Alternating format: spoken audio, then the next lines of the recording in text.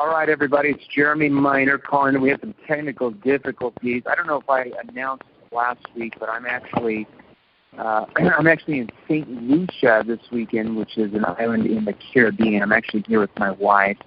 We're celebrating our 1-year anniversary. We were married about a year ago, so we're here the whole week. So, and it's Memorial Day today. So a couple things. We're going to keep this call kind of brief. I think I did tell you guys last week I'm going to keep this call 30 minutes, maybe 40 minutes. As, like I said, it is my wife and I's 1-year anniversary, and we are in our place in St. Lucia down here in the Caribbean. So the phone reception is not as good. Hopefully you guys can hear me appropriately. Just a couple announcements as well. Next Monday, we will not have a training call next Monday at 9 p.m. Eastern like we normally do. I will be on my flight. We'll be on our flight headed back to St. Louis at the exact same time of the call. We don't land until about midnight. So we're going to move next week's call, write this down, next week's call to Wednesday at 9 p.m. Eastern, next Wednesday, 9 p.m. Eastern. That's June 8th. So instead of next Monday the 6th, we're going to move it to Wednesday at 9 p.m. Eastern, June 8th. And we will email you guys the information as well. So real quick, I think I've got Brian in here. I had some technical issues actually calling into the conference line. So I actually had to call Brian and have Brian three-way me on the line because apparently the conference calling system we use does not let you call in overseas from where I'm at. So I didn't know that until right as the call was starting, actually. So, Brian, if you're on, maybe press star 5 on your phone to mute everybody out. Star 5, Brian.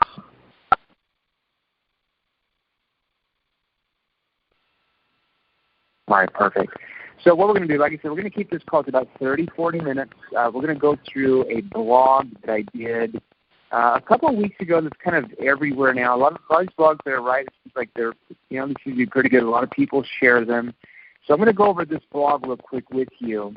And instead of doing, normally we go over the blog I wrote the week before, then we do about a 30, 40-minute train, and we have goodness, probably 45 minutes, sometimes an hour of Q&A, which, most of our training calls are 90 to 100 minutes long, which is good because I'm glad we will do those. But like I said, this is going to be out shorter, so we're going to go over the blog, and then we're just going to open up for Q&A. Like I said, 30 to 40 minutes maximum call time. Like I said, it is my 1-year anniversary, and I'm still here doing this call for you guys. That's how much I care about you guys. Okay, so real quick, we're going to go over, and I want you to write this down, 4 powerful questions. Write this down, 4 powerful questions that you can ask before you start a meeting, okay? Especially if you're giving like a presentation to a group. A lot of people ask me, like, how do you do that appropriately? How do you use the new model of selling to actually do it? It's very easy. It actually works extremely well, okay? So write this down, 4 powerful questions you ask before starting your meeting and or presentation. So I'm going to ask you guys a few questions myself. First of all, and I want you to really think about this, how do you think your prospects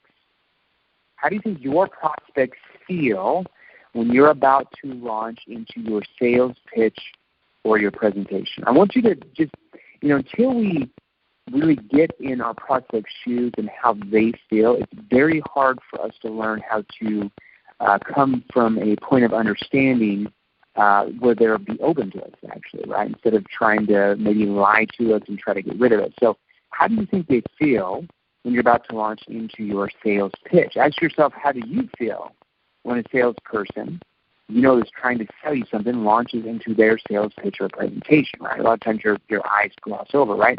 So my question is, do you think that they're going to be tense and nervous, or do you think they're going to be excited about all the wonderful features and benefits you're going to tell them about? Which one? Do you think they're going to be tense and nervous, defensive, or do you think they're going to be excited about all the wonderful features and benefits you're about to tell them all about? Well, I think you probably know the answer by now. What usually happens at that point? They get defensive.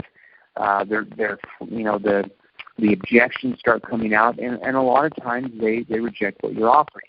So another question is, do you find that many of your potential customers actually move away from you when you dive into your sales pitch or your presentation. I will tell you, most of your potential customers will move away from you as presenting, especially too early in your conversations, will always do what? If you've been on some of these training calls, you've gone through the 8-week academy, maybe the 21-day sales challenge, several other products we offer here, you know that it always triggers sales pressure. But the question is why?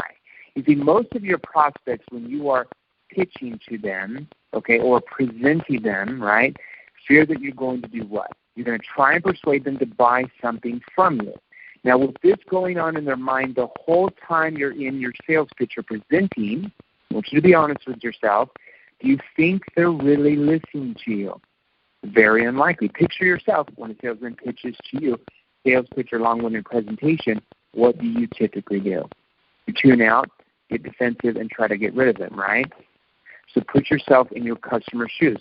So when you do this, so one of the biggest reasons why you might, and I always preference this, one of the biggest reasons why you might be getting average results in your sales career is because you present or you propose your solutions way too early in the conversation before ever discovering really what the deeper needs of your prospect actually is. That goes if you're a business owner, consultant, coach, doesn't really matter what you do. If you're out there persuading, influencing, trying to convince others, when you're doing that, no matter what your job or business is that you have, you're typically going to have them throw up the red flag. So when you do this, your potential customers will do what?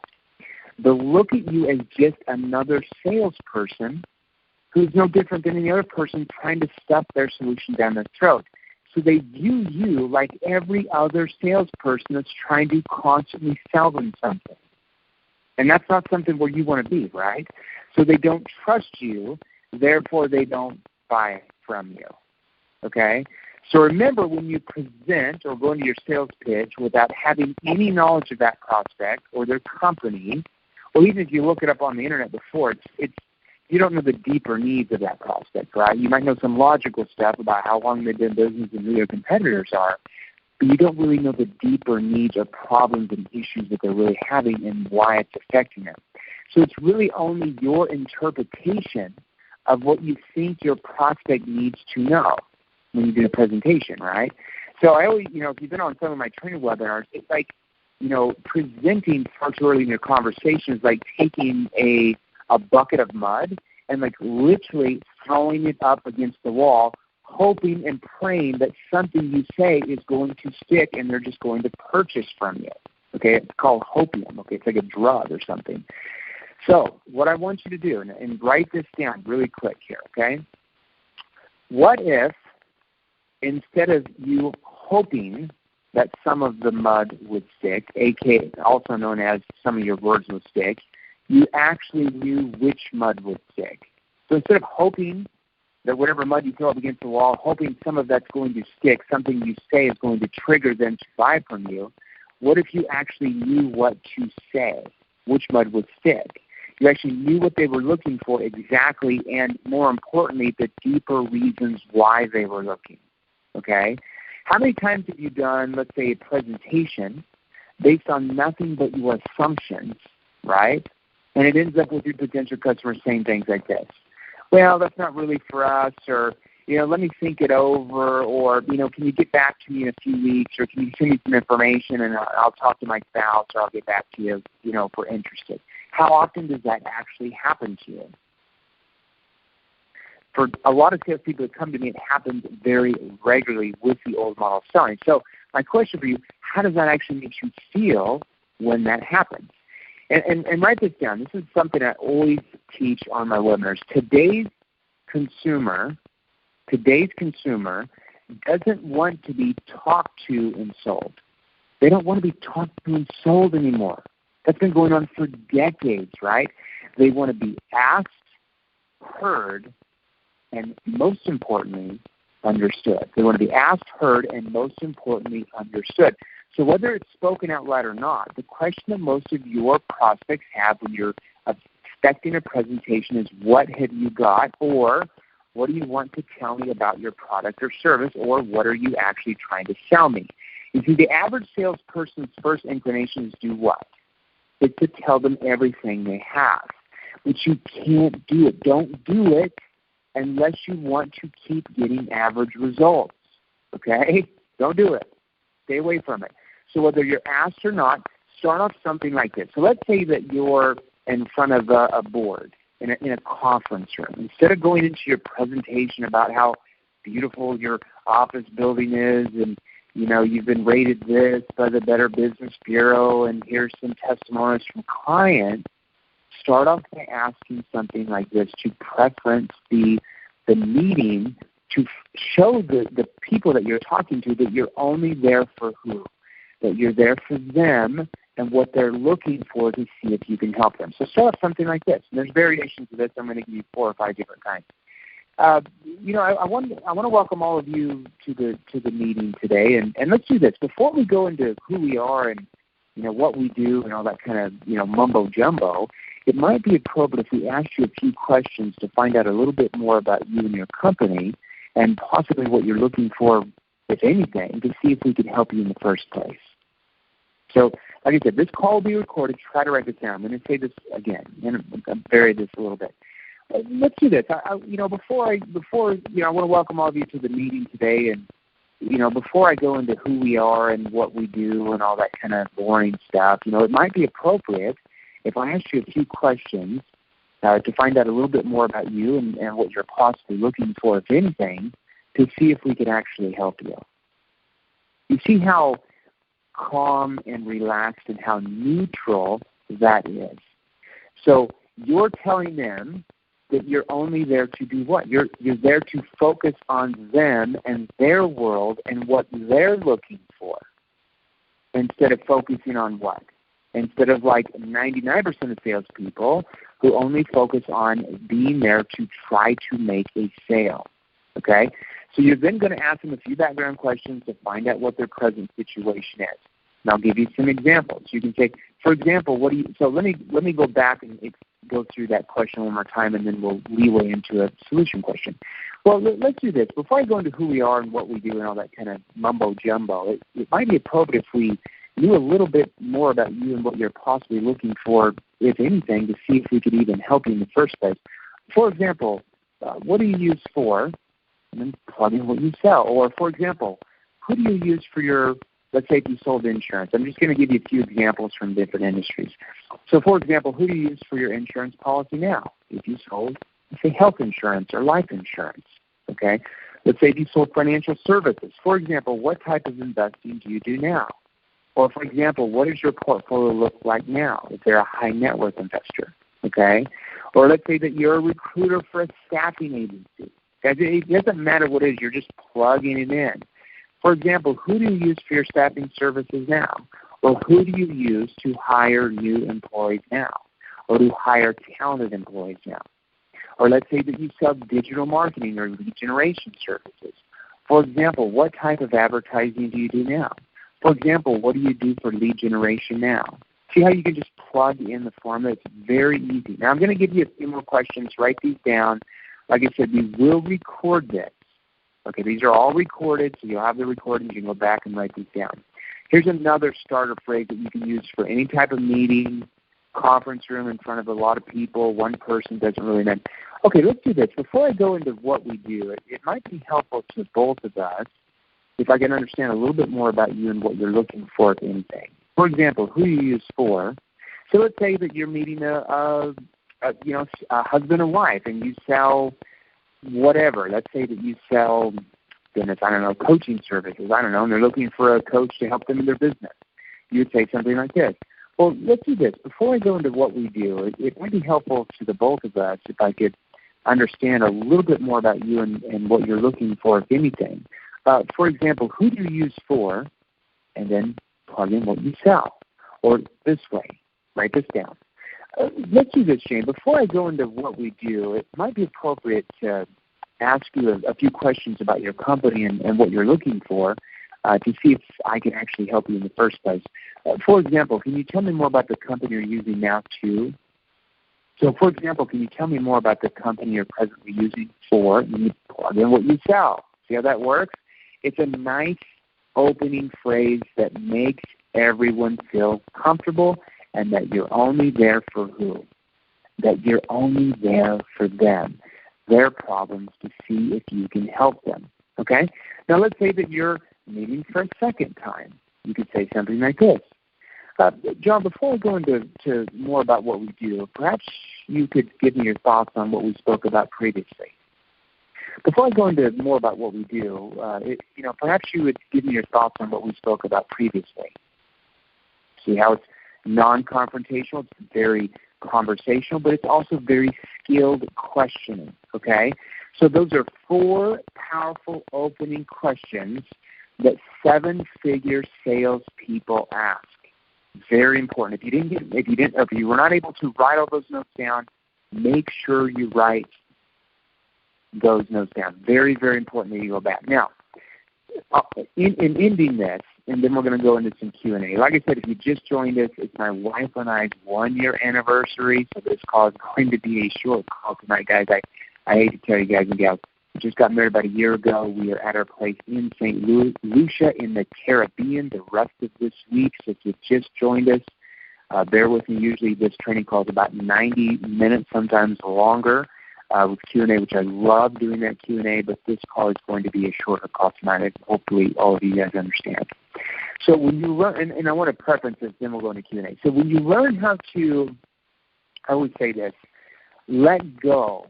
So let go of your need of making the sale, okay? And instead focus on whether there's a sale to be made in the first place. So when you let go of your need of making the sale, and instead you focus on whether there's a sale to be made in the first place, can I help this person? Your prospects will do something amazing. They will actually open up to you and trust you and look at you as someone who is completely different than any other salesperson they have ever dealt with. And here's the difference. They will start to view you as an insider, someone they trust. We call that person a trusted authority. So they're going to start to view you, this is the trusted authority in the market. This person is my insider. Him or her is my advisor. Rather than how they view most salespeople as outsiders who are just there trying to sell them something. Do you see the difference in that? Okay, perfect. Now we're at about 20 minutes.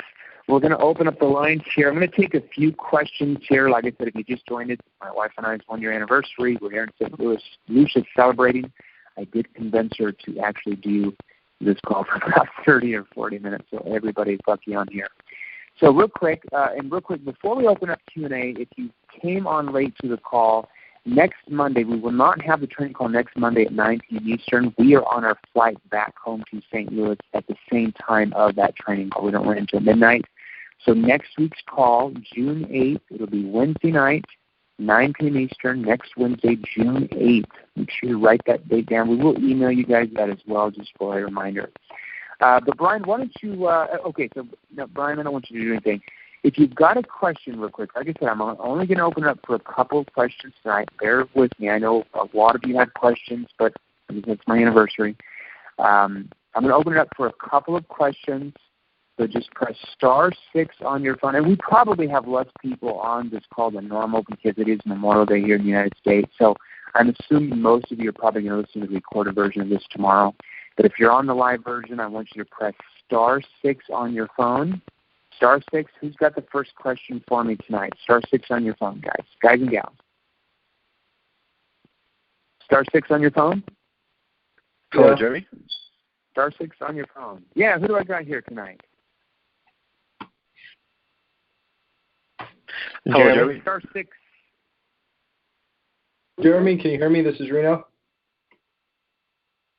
I'm having a hard time here. You're not coming very clear. It could be my end because, like I said, I'm calling from the Caribbean, so not very good reception out here, obviously, where we're at our resort. But what is your name, sir? This is Reno. Can you hear me? Not very good. I'll do my best. I heard somebody that starts that name with a J, but I could not make out the rest of your name. Go ahead. What's your question? Well, my name's Reno, and Oh, Reno. Okay, Reno. Yeah. Your name, Reno. Go ahead. So you're cutting in and out. Well, Go ahead.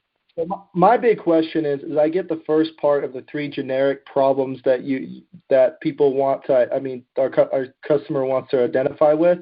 I'm just having a hard time relaying that to like the second part of what my industry is. I sell supplements to independent business owners. Okay, so Reno, you're referring to what's called a personalized introduction, right? Yes, correct. And how? Okay, you're going to have to give me a little bit more than that. I don't know the content that you're bringing that up in. Can you explain a sales situation where you would actually use your personalized introduction? And let me preference it. Typically, you would never use a personalized introduction unless you were just standing around and somebody said, hey, what do you do for a living? Or let's say you were making a cold call and you use your problem statement, then your personalized introduction. You wouldn't just randomly call a lead or go talk to somebody and just launch right into a personalized introduction. So just want to make sure you're aware of that. Yeah. So my business is generated 100% from cold calling. So everything I do would be a cold call. Okay. So let's start out with how you want to preference a cold call. So before you found me here, New Model of Selling, before you got involved in 8-Week Academy, give me an example of how you used to cold call. Can you kind of role play with me? Like typically, how would you start a cold call? Yeah, the old way of selling that you used to do. So we were trained from a company called Griffin Hill, and what they would have us do, it would be the whole. My name is Reno. I'm with Black Market Labs. We're a retail exclusive company. I don't know if you know who we are. And then it would go into, we've been able to increase customer retention rates as well as profit margins. Most of the accounts I work with direct I'm able to guarantee them a 50% return rate on their investment. With that being said, I'd like to grab your permission. Okay, so you basically called and said, hi, my name is, I'm with, we are. Right? Exactly. Okay. Yep. And then typically, what would they do at that point within the first 20 to 30 seconds? It's been the same thing. I mean, basically I'd either get people that will be like, all right, I've got 2 seconds of your time, or, what is this all about? But it wasn't like they were really paying attention. So it was kind of like hit or miss. Some people pay attention depending on how. So who do you actually cold call? Can you tell me a little bit more? I'm just trying to understand your stage. Yeah, absolutely. Yeah. So what type of people do you cold call? We are a retail exclusive company, so we only cold call independent supplement shops. So we don't do like GNC. Okay, so you might cold call like a GNC or some type of supplement shop, right? Yeah, not GNC or corporate ones, but all the other ones that are independently owned. But something similar to that, like supplement. Yeah. Right? Yep. All across exactly. the United States. And then what does your service do? Like, if they don't have your service or your product, what are they missing out? Like, what problems do these people have? Like, why would they need you?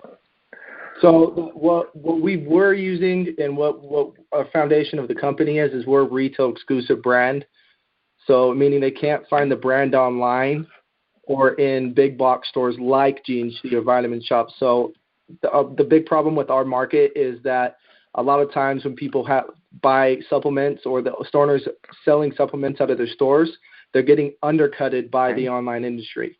They deal with a lot of price matching. And what our company does is we sell a product that they can't price match online or find online. That's what we've been doing. So your supplements are not to be found online. So other companies, other competitors can't price match, or I don't understand. Yeah. So they can't price. So you can't go in. So if you went into someone's store and they had our brand, you couldn't go in there and say, hey, I found this online. Will you match me this price for $35 if he was selling at $45? That you.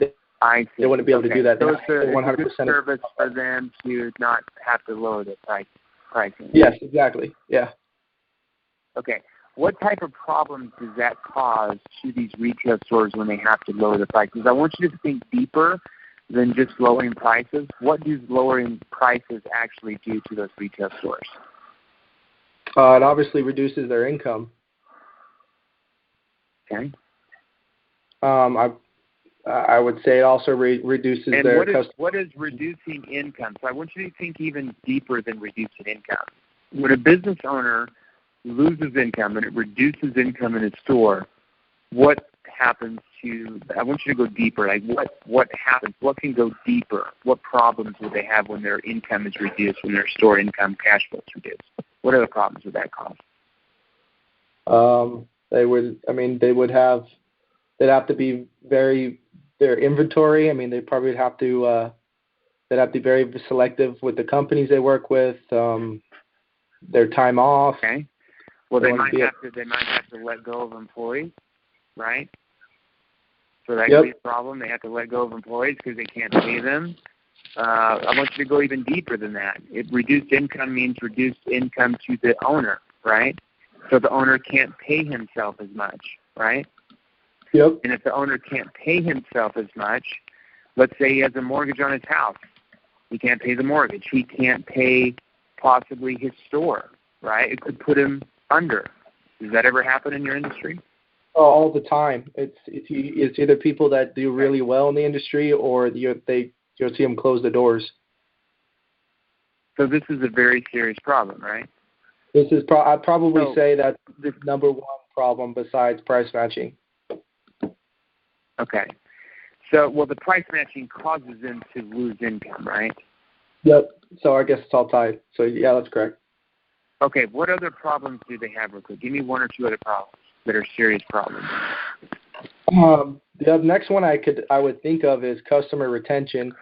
The online industries is really hurt the retail side of supplement shops with like bodybuilding.com and stuff like that. So they're having a hard time building a customer base based off of so let's try this out a little bit. So with the way that I'm teaching you, so the new model of selling, so we're having a conversation. Okay, let's start off that role play. So now instead of going in, hi, my name is, I'm with, we do, and then offering your solution, which typically leads to what? Rejection. Rejection, right? No fun getting rejected all the time, right? But here's the issue, Reno. You have a solution, a product that can really help these store owners, right? So the reason why they're rejecting you is not because of your product; it's the way you've been taught how to communicate. Does that make sense? It's not your fault. I was taught the same way when I first got into selling, right? We all were, right? Oh yeah. But the way you were taught how to communicate triggers sales resistance because you don't sound different than any other salesperson who's trying to sell them everything from toilet bowl cleaner that day to floor mats to new windows, right? Yeah, they're all correct. saying the same thing, right? Hi, my name is, I'm with, we are. So when you say that, you sound exactly like them. They probably tune you out within 5 seconds. Would you say that might be accurate? I'd say that's 100% fair and accurate, yeah. Yeah. Okay. So it's good to know where we're at. Okay, good. Okay, so instead of saying that, we can say something different, and more importantly, we can ask something different. Okay. Have you started to cold call with the way I'm teaching how to cold call yet? I have. I've literally only gotten to the first part. I've only gotten to you know how a lot of independent store owners nowadays are finding it harder to get by with all the huge retailers, online competition. That's a personalized introduction. That's not your problem statement. So I haven't gotten to that yet. I haven't got to answer the phone or a second. Yeah, I was pretty confused on that. So, so when you call, Reno, you would never just call and use your personalized introduction the first thing you do. Ever. Never do that. Okay? So you need to go back to, we're going to do a little bit of this, but you need to go back to week 3 and start at the very first part of a cold call, okay? Because when you place a call and you hear the store owner or somebody else, I don't care who it is, say hello. Let's say it's the receptionist. I don't care if it's the receptionist. You still do the same thing because the receptionist is taught by their boss to do what to other people? to make sure that salespeople don't get to the boss. Yeah, to get rid of you, right? Because they probably have 20 other calls from solicitors the same day that you call, maybe the same hour you called. So really the secretary or the receptionist is partially a gatekeeper, right? A decision maker. He or she is a partial decision maker, because if they get rid of you, you never get to the real decision maker, right? So you have to treat them like a decision maker, okay? So when they say hello, you would reply in a very relaxed, conversational tone. Now, it's really important, Reno, that you really, really practice the tonality, because if you come across fast-paced, high-pitched voice or scripted, they're going to do the same thing. They're going to turn you down more than likely. Okay? So I want you to think about how you talk, what you actually do when you call your mom or dad or just a friend. You talk what? Conversationally, right? If you called your friend and you're all high-pitched, like fast-paced, they'd probably think, like, what the hell's wrong with Reno? You know, like, what's going on, right? So you talk like a normal conversation, and that lowers the resistance from the person you're calling, even if they don't even know you, okay? So if they're going to say hello, you're going to say in a relaxed tone, hi, this is Reno. I was wondering if you could possibly help me out for a moment. Exactly like that. See how low-key I was? Yeah, way different. Yep. Just exactly like that. So, hi, this is Reno. I was wondering if you could possibly help me out for a moment. And don't say it fast. Kind of pause like I did right there. You need to really practice this, Reno. So what I teach. So here's how I always tell this. Great actors like George Clooney or Will Smith or whoever, Leonardo DiCaprio or whatever. If somebody has me on speakerphone, try to take me on speakerphone. We're going to get a lot of echo. Take me on speakerphone, guys. So all those actors, when you watch them on a movie, could you tell they're really reading a script? Not at all. No, you can't. Right? They have that memorized. They probably have it memorized, more than likely, almost word for word, but it sounds very natural. So when you're selling, you memorize these phrases, or if you're calling leads, you can have the script in front of you, but it has to come across like a normal conversation, not scripted. So you really need to practice this. You don't just turn off a sheet and just start dialing and you don't have the tonality down. It's very important, okay? Just want to preference that. So let me do it again. Hi, this is Reno. I was wondering if you could possibly help me out for a moment. Yeah, sure. How can I help you? More than likely, if you do that in the right tonality, because human beings do what? They always want to help others, right? So if I go into a hotel to get directions and I say, I was wondering if you could help me out for a moment, they're not going to be like, well, what do you want? They're going to be like, well, how can I help you, right? It's a normal human reaction, okay? So they're going to say, well, how can I help you? Then you don't go in your personalized introduction yet. It's not. It's too soon. Okay. You're going to say this. It's what's called your problem statement. We probably need to come up with a problem statement for what you sell. It doesn't sound like you have that yet. Okay.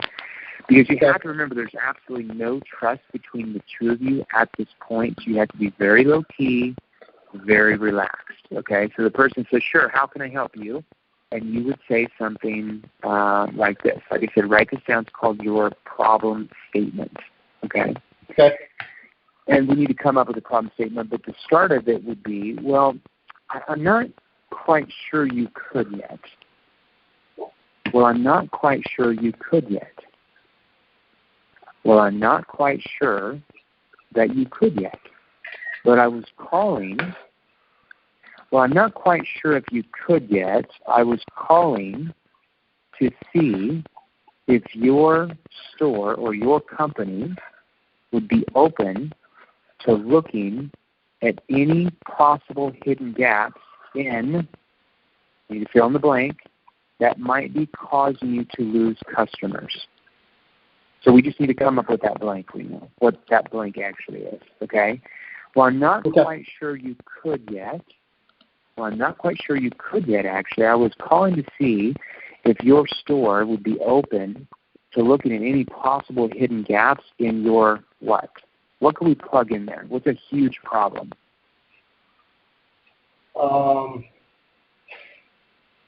Possible hidden gaps in what that might be causing them to lose sales? Would we plug in customer retention? Would we plug in something about price matching? What would be appropriate? What's the biggest problem they would like? They're like, oh, that's me. I would say price matching would probably be it. Somewhere in that. Let's see, but how could we say that? Looking at any possible hidden gaps in price matching that could be causing you to have to lower your prices? I don't know if that sounds right there. What would we put there? Well, I'm not quite sure you could yet. I was calling to see if your company would be open to identifying, what can we plug in? Identifying or any possible hidden gaps or what else? Something like that. So we just need to plug in the biggest problem, though. Once you have the problem, it's easy. Yeah, I'll probably have to think know your industry better than I do. Okay. Yeah. So go back to week 3. Yeah, I understand what you're saying, though. Okay, so go back to week 3 and really study that, okay? And then as far as your personalized introduction, because typically when you give them the problem statement, when you say, well, I'm not quite sure you could yet, I was calling to see if your company would be open to identifying any hidden gaps, possibly, in your customer retention that might be causing your store to lose sales. I mean, that's off the top of my head. We want to get that more honed into your specific industry. Yeah. And you know what they're going to say? If you do it right, you want them to say, well, how do you do that? Or what do you mean by that? Or how do you do that? Does that make sense? Yep. That's your cue, and then you're going to give them your personalized introduction. Well, what we do is, how a lot of stores sometimes find it harder to get by because of all the price matching and a lot of the customer retention. I don't know your industry. I'm just kind of off the top of my head. Yeah. So how – actually, let me pull up. Let me see if I still have I think you posted something on Facebook about this. Let me see if I can pull it up. Because that would help me. I could actually see what you were saying. Let me look here. Let me look. What do we got? Did you post that on the 8-Week Academy thread or the 21-day sales challenge thread? I'm only in the 8-Week Academy side of it. Okay, I got you. Okay, let me look here. See if we can pull it up. We're already over time, guys. Yeah, I'm sorry, guys. Typically, Reno, we do about a 90-minute call. Don't worry about it. We typically do a 90-minute call, so I appreciate you guys being nice to me live on our anniversary here. It's not pulling up here. Like I said, we're in a resort here off of a cliff somewhere. Tell you, the way I did is, how a lot of independent store owners nowadays are finding it harder to get by with all the huge retailers, the online competition, and the lack of margins due to price matching. And then I went into, what we do at Black Market. I love that. Well, what we do is, I wouldn't even say Black Market Labs. I wouldn't even say your company's name, because I want you, when I called leads, like I sold for a company, but I never really even mentioned their name until probably 5-10 minutes in. Because I want them to look at me as the trusted authority, not the company I'm with. Does that make sense? You're kind of setting yourself apart as the authority, right? Not just somebody that works for a company, okay? Okay. So what I do is I help store owners like that. That's far more powerful than what we do at Black Labs is we do. So what I do is I help store owners like that, XYZ. How does your solution help them solve that? But it needs to be very tight. It can't be long-winded because it sounds like a sales pitch. So what I do is I help store owners like that do what? We help store owners like that. What does your product help you? It helps store owners cut out. I help store owners like that. What? Cut out the online competition. Cut out the online competition, comma. That's all you say about that. You're not going to go into details. What I do is I help independent store owners like that cut out the online competition, comma. What else? And let's see, online competition and big box stores like GNC or huge, some way of saying huge retailers. I can't hear you. You kind of cut out. What did you say, Reno? I said it would have to be like we cut out the online competition and comma and then huge retailers like GNC. Unless that's still too long, or repeat.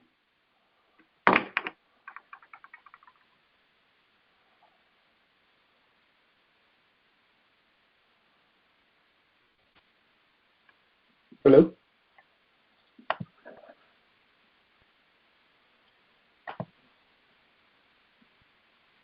Hello? I think the call dropped. Oh, crap. Hello? Hello? I think we lost him. Oh, man. Oh, that's all good. He's out in the middle of nowhere.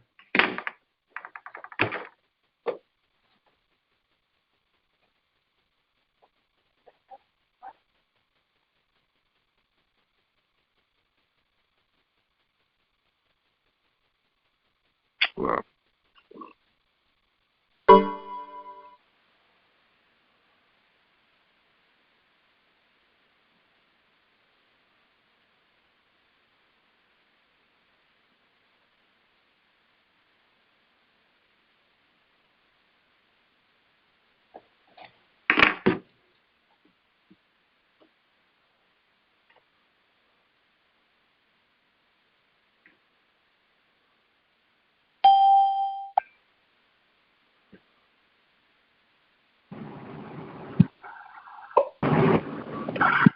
Okay, Jeremy, you're merged back in.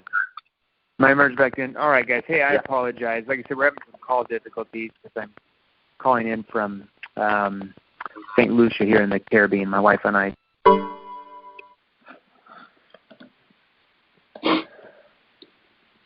You're all right.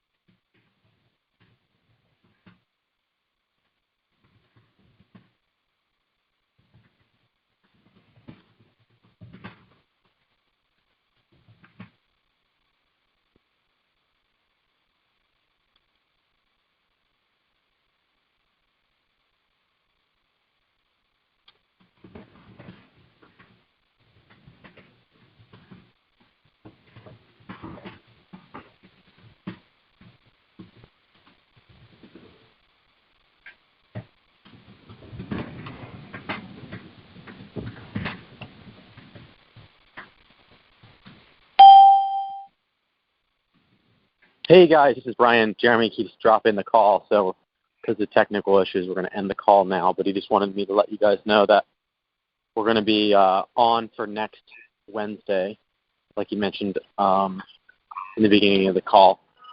so he'll be back at St. Louis and good to go. But yeah, I just want to let you guys know that call's over, and have a happy Memorial Day.